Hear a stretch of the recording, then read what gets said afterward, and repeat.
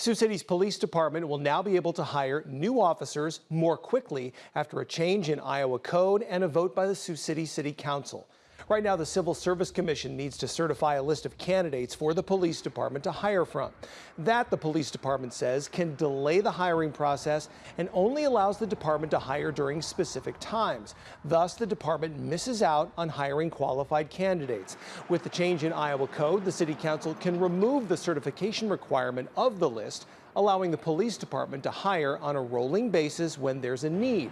It will not change the testing and qualifications to become a police officer.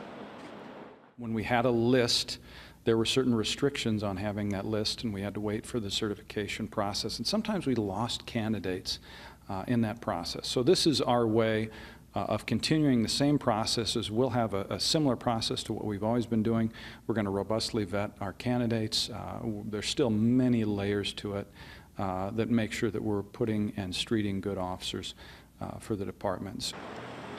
Mayor Bob Scott has several reservations, though, about the proposal to remove the certification of the hiring list by the Civil Service Committee.